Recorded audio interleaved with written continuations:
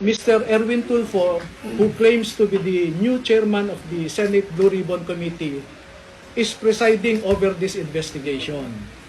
Kasi po, inaakusahan siya, pero siya rin ang mag-iimbestiga at eventually siya rin ang magdedesisyon.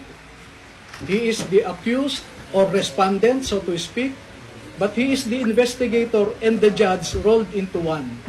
Sa isang demokrasya po ay na merong functioning judicial system ay hindi nyo po makikita yung kanyang pangyayari.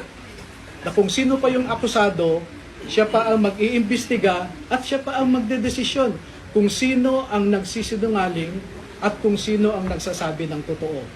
And of course, by human nature, we don't expect Mr. Erwin Tulfo to admit his guilt. And therefore, by human nature also, it is predictable that he will cite all of us as liars.